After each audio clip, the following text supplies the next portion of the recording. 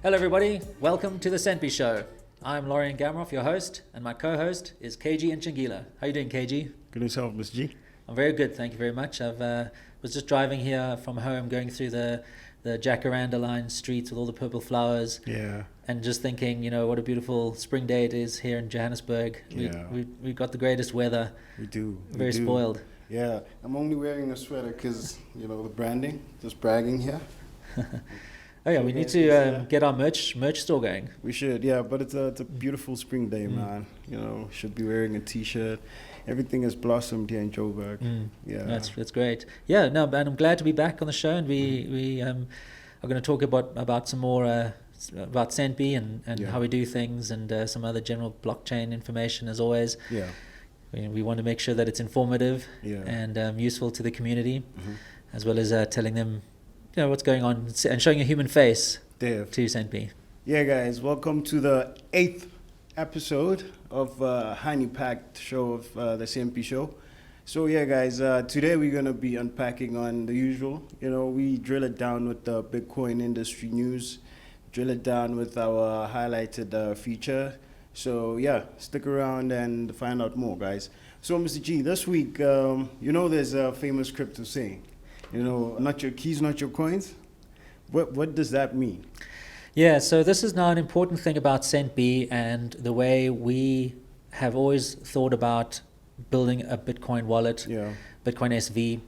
And, starting off right in the very beginning, what people found so compelling about Bitcoin was that you could be the one who holds your coins and can control them, and nobody can take them away from you.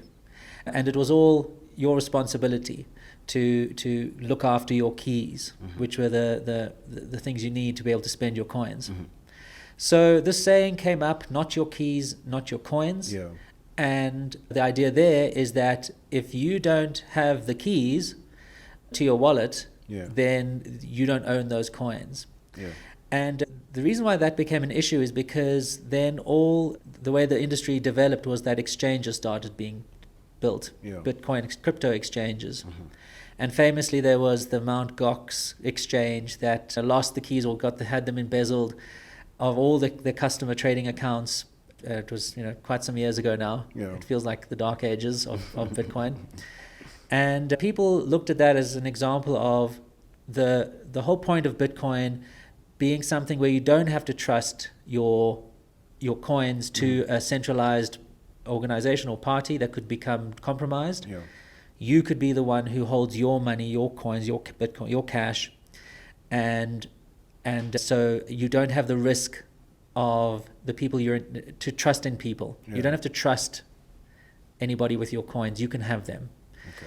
So because of the Mt. Gox fiasco, and of course many other exchanges and crypto companies since that have been hacked and guys run off with the money, people keep saying, look, if you're going to be giving your keys over to an organization and that organization loses them or runs away with them, well, that's just too bad. That's the nature of Bitcoin. There's no way you can get them back because you were stupid enough to hand over your keys.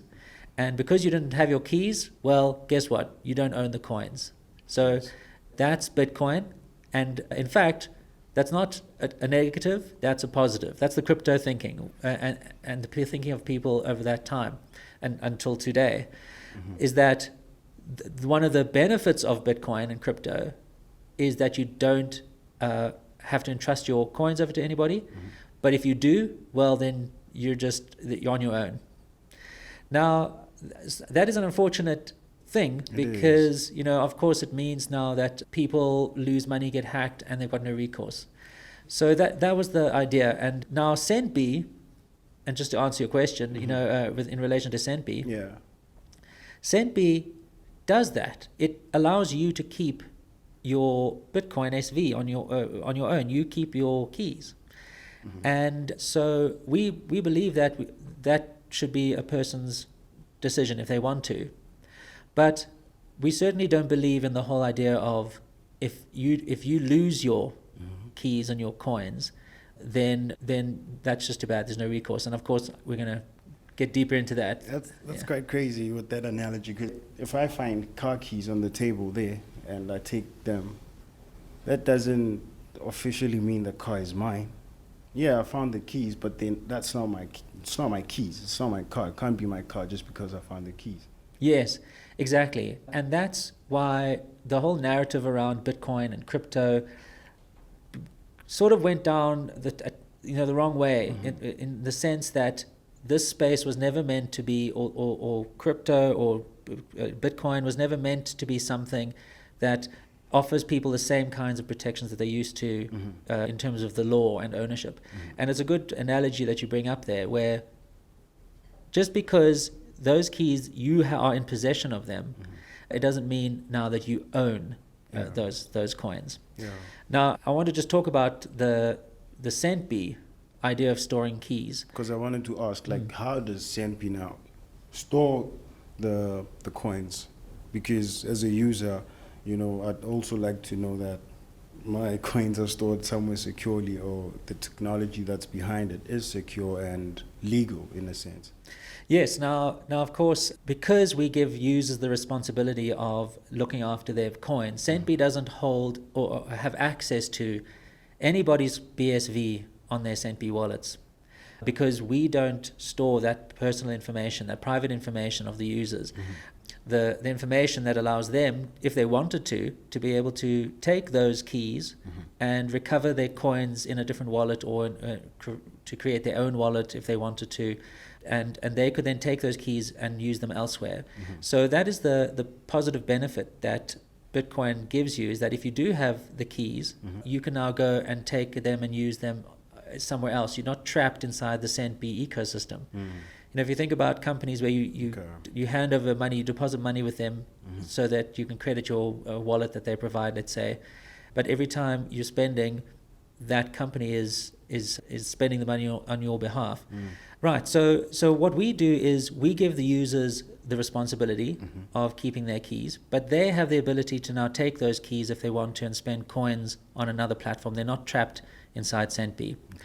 So, Mr. G, that sounds like Centbee is a non-custodial wallet. So, can you elaborate what does that mean to our users? Yes. So the whole point is now that they have control over their keys on their Centbee wallet, and Centbee doesn't. And so that means that they're the custodians of their coins. They're the owners. They're actually not just the owners, but they're in possession of the keys. Centbee's not in possession. That's what non-custodial means. With great power comes great responsibility. Definitely, yeah. Yes. Yeah. So this is just a feature about Bitcoin that we have always liked, but now of course what's important is that the user is going to need to be able to save those keys somewhere. Yeah. And that's what the whole passphrase and PIN feature is in Centbee, that you can now save the important information that will allow you to generate those keys inside Centbee wallet. Cool. Ms. G, I have a Centbee wallet installed on my phone. Something happens, maybe I lose my phone, or even the screen has cracked. I can't even access it, or, what happens now to my wallet? Right. Now, the way that you can save your keys in Centbee wallet is we have the passphrase. It's a very important 12-word phrase that you need to write down and keep in a very safe place, and the 4-digit PIN. Now, the 4-digit PIN is very a part of the way that the keys are generated in your wallet. So if you've got a 12-word passphrase and you've picked a PIN, let's just say you've picked 1, 2, 3, 4. Now, what happens is if you want to recover your coins in another Centbee wallet, or if you just want to generate your keys outside of Centbee wallet using standard Bitcoin processes, then what you can do is you can take that passphrase and PIN, and it will then generate all the keys for your wallet. And so in Centbee, then you'll see how if you're recovering a wallet in Centbee, when you add your 12-word phrase and you add your PIN, then you'll see it starts synchronizing your wallet. And what it's doing there is it's generating all your keys and then going to the blockchain and saying, are any of these addresses, do they have coins? I've got the keys for them. And then you'll see your balance get recovered. So a very important thing about Centbee is the passphrase and the PIN. And if you use a different PIN with your passphrase, Yes. then you will essentially create a different wallet. Okay. So with the same 12-word passphrase, you can create 10,000 wallets. So, with those wallets being created, are they created under one profile? Because I understand as you sign up through Centbee, and if you are willing to top up and do all like money transaction, like if you are willing to use all those features, there's a KYC process you need to go through. So what I'd like to understand is, me creating that wallet, does it now take me through the same process? Do we still have to verify who this person is? Yeah, so if you recover a wallet, so if you take the 12 words and PIN from a previous wallet, then it will actually recover your account, and you'll see your Centbee handle at centbee.com. Okay. You'll be able to select it, or you'll be able to create another one if you want a different handle. Okay. And so that becomes an account, because your account is linked to that 12-word and PIN passphrase and PIN combination, and is linked to the identity through their keys. But now if you create another wallet with, let's say you choose a different 12-word phrase and a PIN, or just you just have a different PIN with the same passphrase, now suddenly those keys will be different, and they won't be linked to the other identity.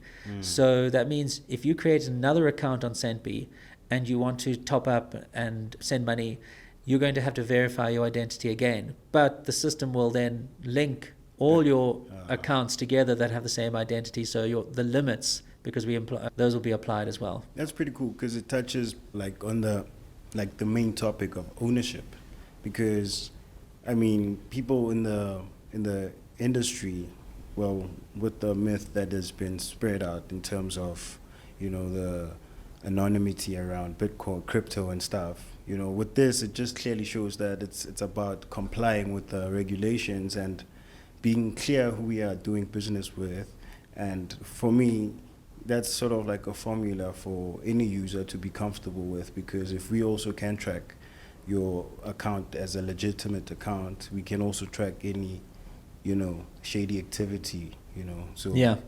So it goes back to what happens if I lose my keys, because I'm sure losing my keys can happen in many ways. Like I was saying, my phone is damaged or whatever, but let's speak in a sense of like someone stole my keys.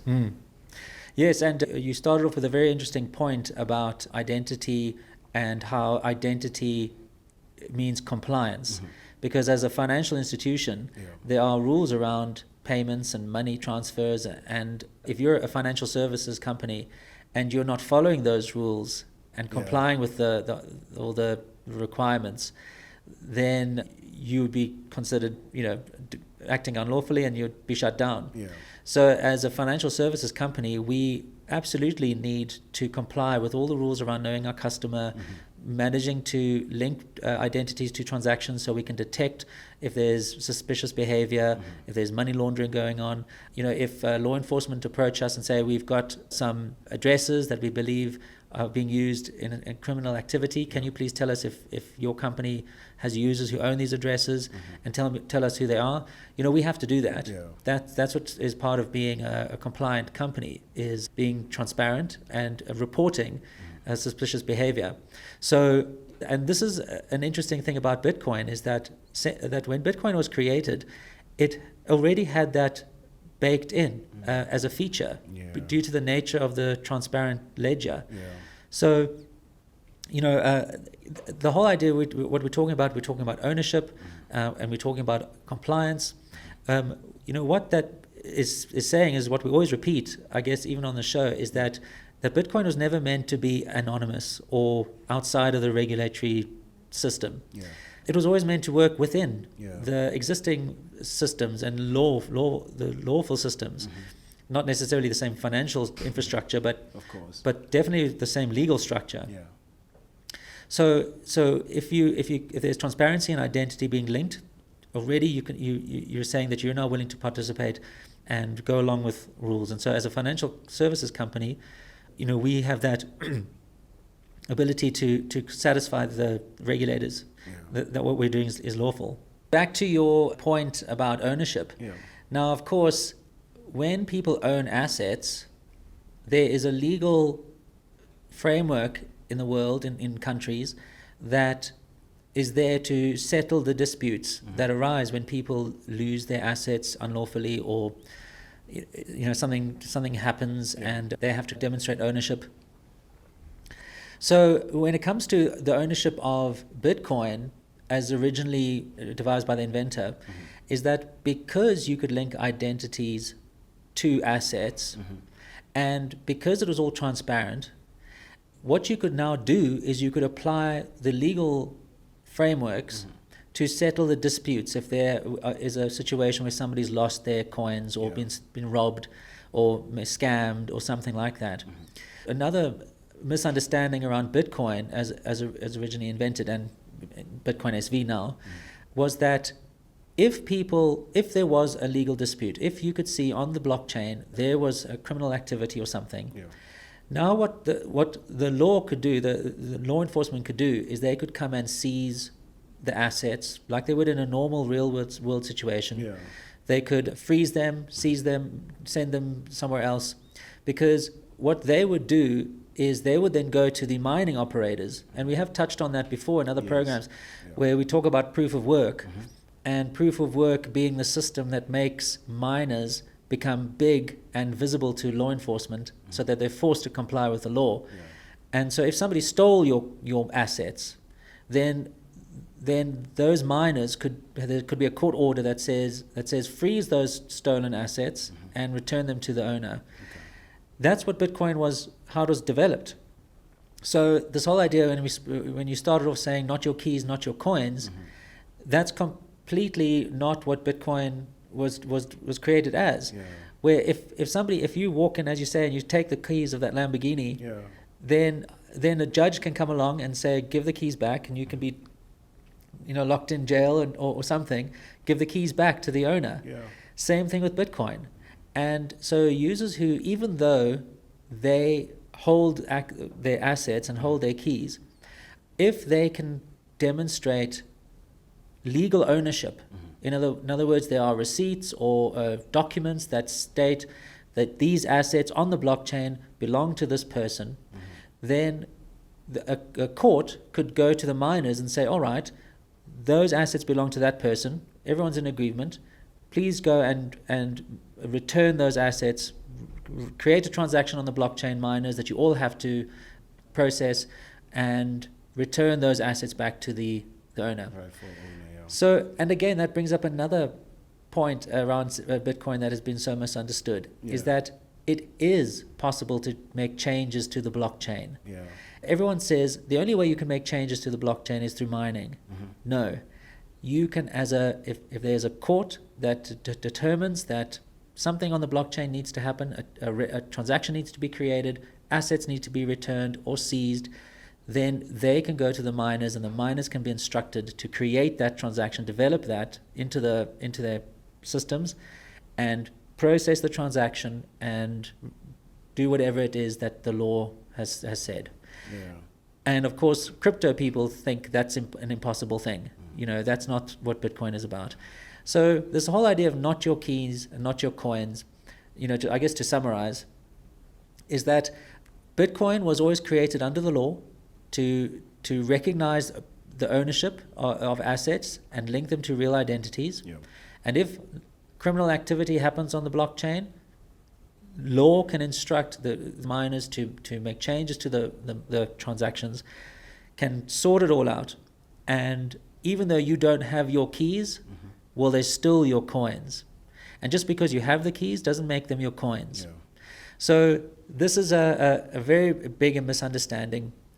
The only thing that can prove that you own something is if there's a document, a legal document, or some kind of proof. If you steal somebody's Bitcoins, just because you have the keys doesn't make them your coins. And also the same thing is, if you have the keys, you can't say that you own whatever those assets are. So, all right, cool. Yeah, Mr. G, thanks for that, yo. I mean, like I always say every week, I appreciate the unfold of, the Bitcoin industry, just you clarifying what it is and what it should be. So it's quite important for our users to just check out our show. Remember to subscribe, guys, comment, show some love. Yeah, Ms. G. So we've been chatting about Bitcoin, BSV specifically, the blockchain. But what I want to dive into is, like, I want to know who created Bitcoin SV. Who is Satoshi Nakamoto? What did he create? Yeah, and being a BSV company, Bitcoin SV, the important thing about the SV is that it stands for Satoshi's vision. Yeah. Satoshi Nakamoto was the inventor of Bitcoin. Yeah. And so that's a very important thing about Centbee, is that we are fixed on what the original idea of Bitcoin should be. So BSV stands for Bitcoin Satoshi's vision, because what we want is what Satoshi Nakamoto wanted for Bitcoin. Yeah. And we've just now spent a whole segment talking about the legal aspects of Bitcoin, and how you have the same access to the same rights in Bitcoin as you do in the real world when it comes to the ownership of assets. Yeah.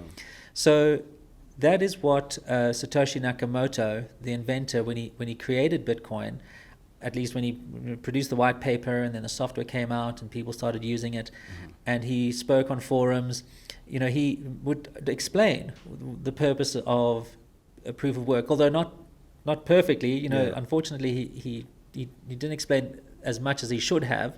It would have led to a lot less confusion and misdirection. Yeah.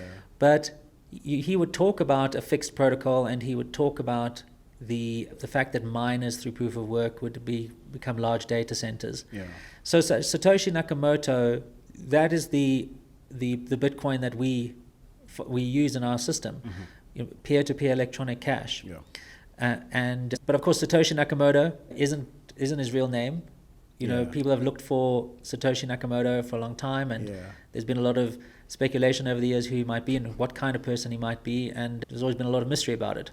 Of course, our whole myth has been built up around him, the kind of person that the Satoshi Nakamoto must have been. Yeah. A lot of people think, well, he's never come out, so he must just be somebody who is either dead or doesn't care about money and doesn't care about fame, and he just produced this thing and now wants to live his life. Maybe he's somewhere else. Yeah. And so that's kind of how it's been for a long time. But everyone's always had some idea or speculation. Maybe it's this guy or this guy. He was started with Bitcoin, the guy called Hal Finney, or even the guy who used the term smart contracts in a paper, Nick Szabo. He's still around in Bitcoin.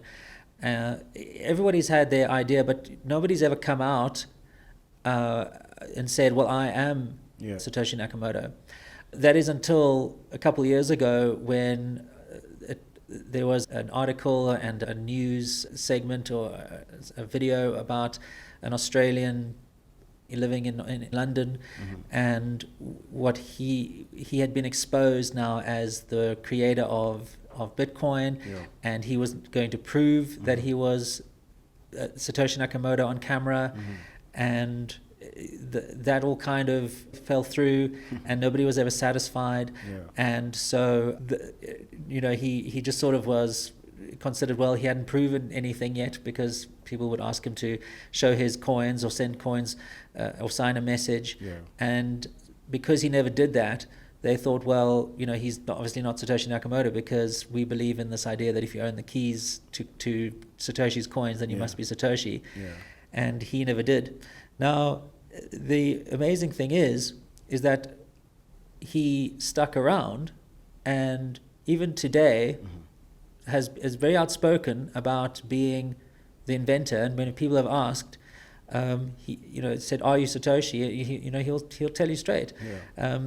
And so it was intriguing. And when I of course, being involved in Bitcoin from almost the very beginning, to me it was always fascinating for years, for 6 years, 5-6 years of speculating on who could be Satoshi Nakamoto, and going down every rabbit hole, and there were many. And then when we heard Craig Wright saying that he was, of course I was intrigued, and watched the video of him saying that, and then started looking at his background and seeing the work he'd been involved with, and even met him. And in fact, now a few years later, quite a few years later, have had the fortune of not only spending more time with him, but his companies and to listen to his workshops and seminars. Talk about proof of work. And that's why, I believe, without a doubt, not because of any crypto evidence, but because of who he is, the work he's done, the work he continues to do. And even now, you can go and watch him on YouTube. He gives a lot of seminars and workshops, and really just explains Bitcoin very well. And so, that's just now to me indisputable, not because of any legal reason or because he moved coins, but just understanding who this person is and what he's done and his achievements, and of course all his credentials, multiple degrees and doctorates and all sorts of things.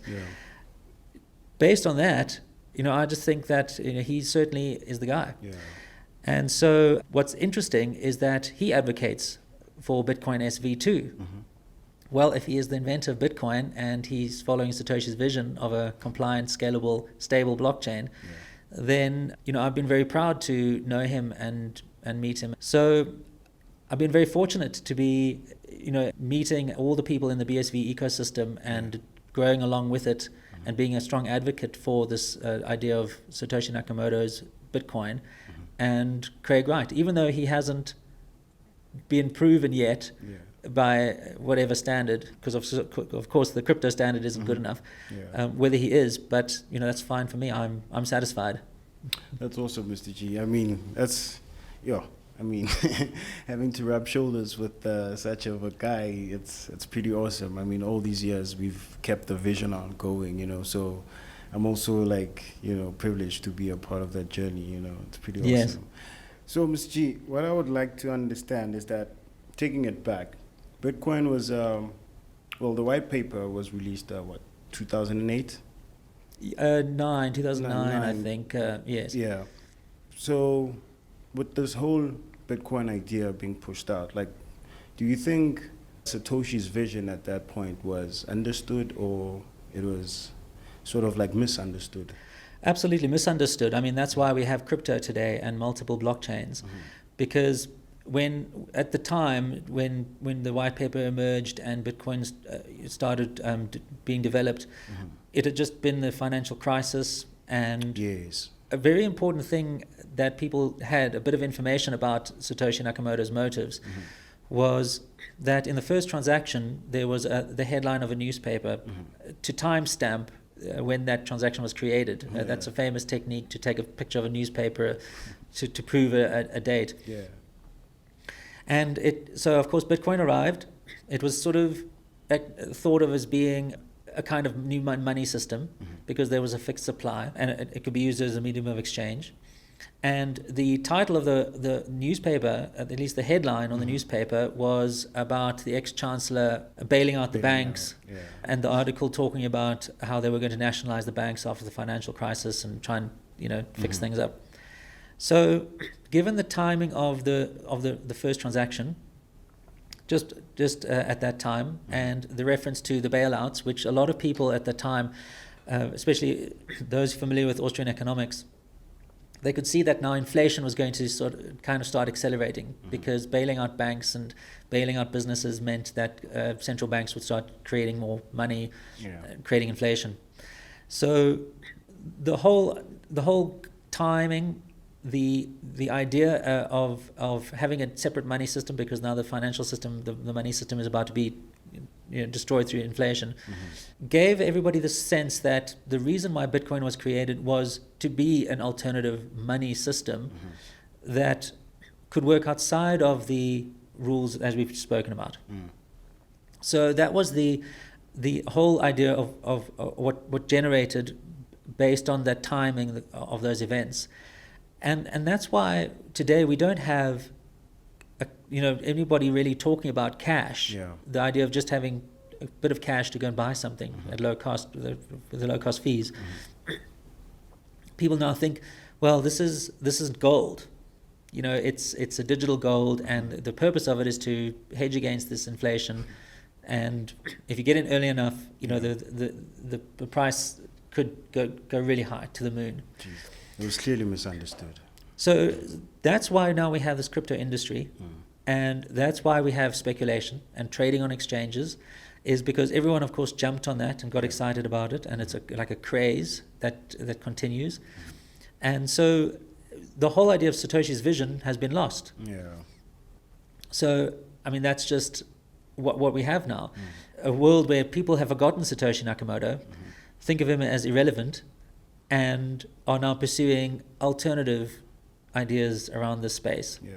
So it's nice, though, that we get to pursue that vision and constantly build what we want, is which to be able to use it for cash and for spending.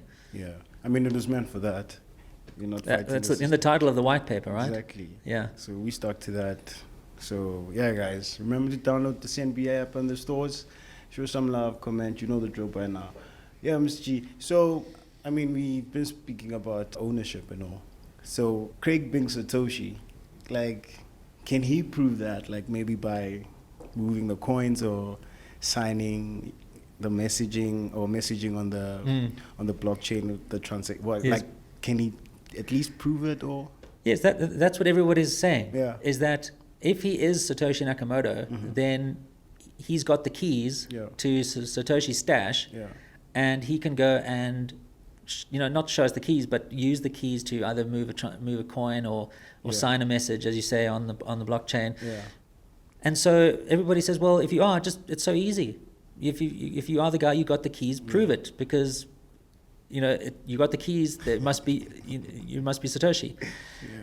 Now, Craig, being somebody who obviously, I mean, first of all, if he's the inventor of Bitcoin, understood not just technology and the networking and the security around the implementation of Bitcoin, but also the legal aspects, familiar with that. And of course, if you look at Craig Wright's, I mean, he's Dr. Craig Wright.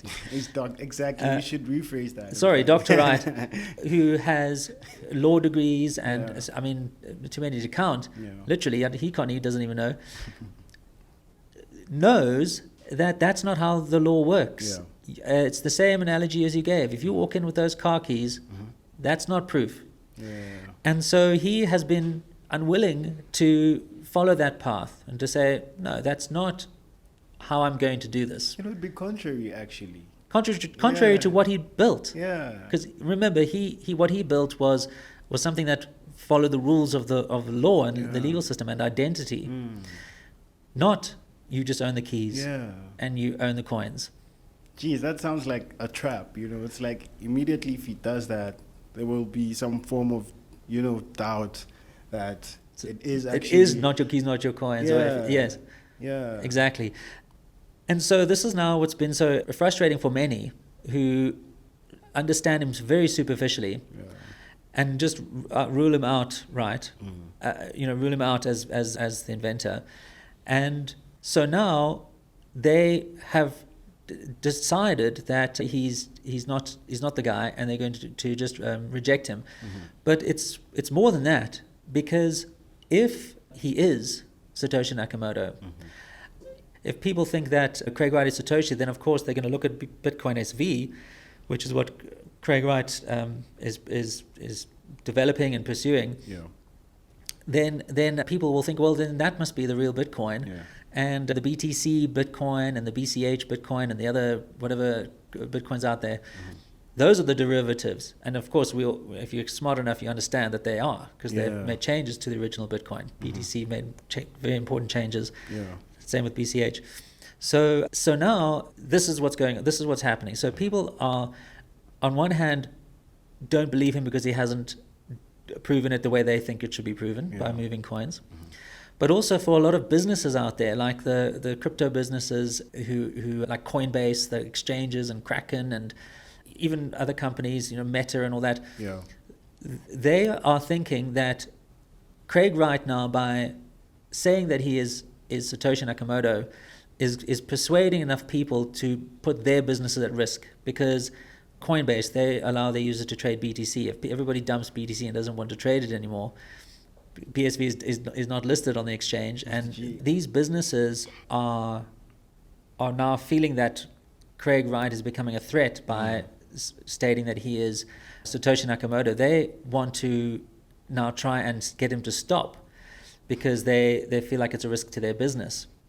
And that's a very important thing about Craig Wright right now, Dr. Craig Wright, is that he's embroiled in and has been a number of lawsuits where he's being sued or suing.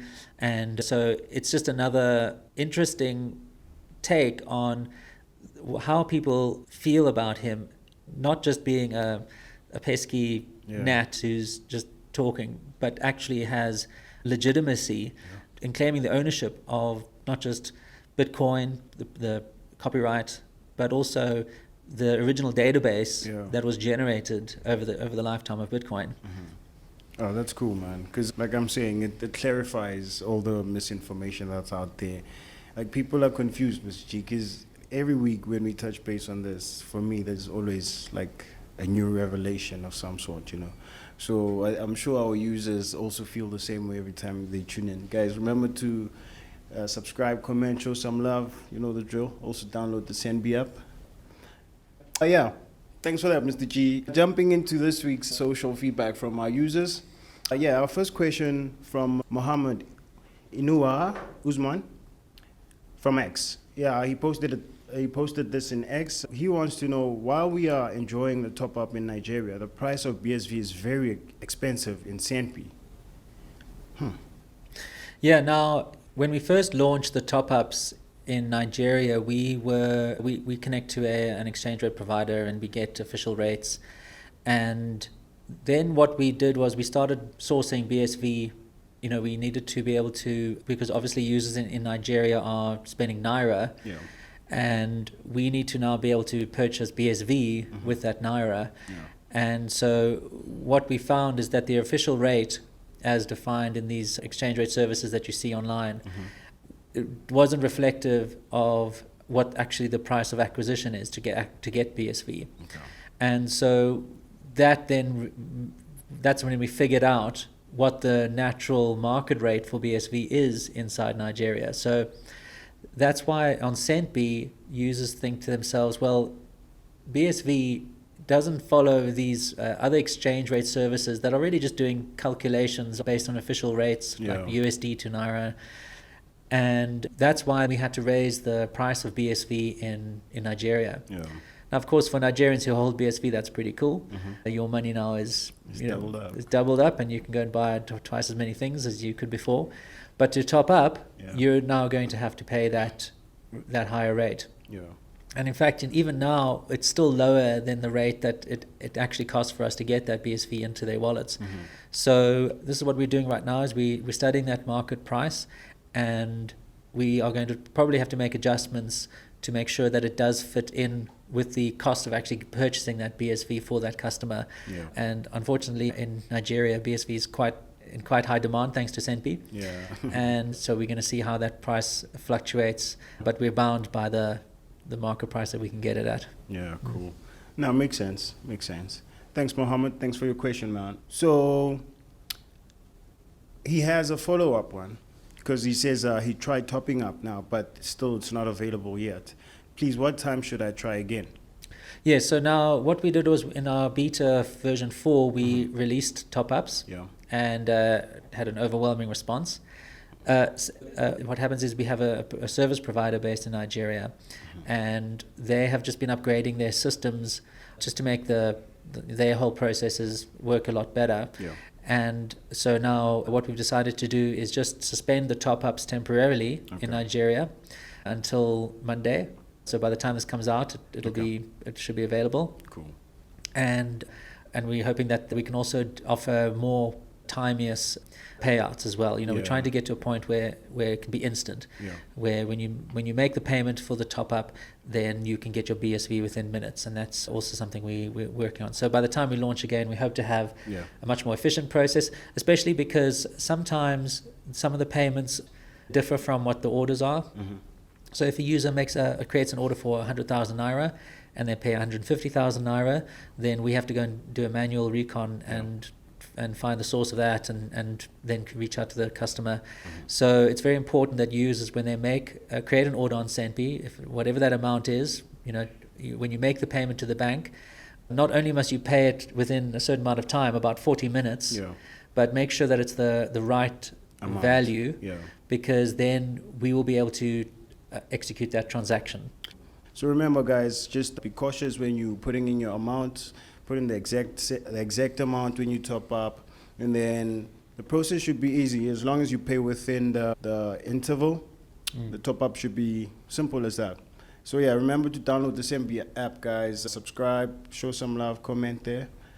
So yeah, Ms. G, this week's highlighted feedback comes from BSV Believer. They say, talk about keeping the conversation flowing. Centbee and ChatPay turning money transfers into a seamless part of the chat experience. That's pretty cool. Yeah, ChatPay. Use ChatPay. We're constantly working on ChatPay. We trying to make it work as nice as WhatsApp or Telegram. Yeah. So keep looking out for features there.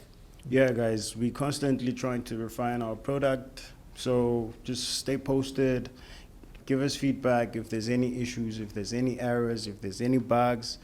Drop us an email at support@centbee.com. Also, just drop us on our socials. Yeah, man, we are available for you guys, and we appreciate your feedback, yeah?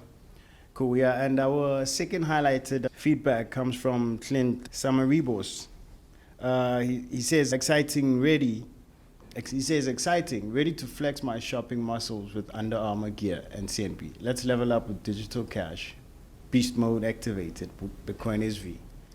Yeah, that's Under Armour. We're pleased to say that in some countries you can purchase Under Armour with the Centbee wallet, so go for it. Yeah, I think one of the shows we're going to cover the shopping like full on, because I believe we should. I mean, talk about it, some of the brands we have and retailers. There's a lot, Mr. G, especially by country. Yeah. That's the crazy part, that they differ by country. So you'd be shocked what you can find in your country, guys. Download the Centbee app, just check out what we have in store there. And yeah, shout out to us when you having the coolest experience of shopping, create some content, share it with us, yeah? Cool. And our third feedback comes from Hillmark.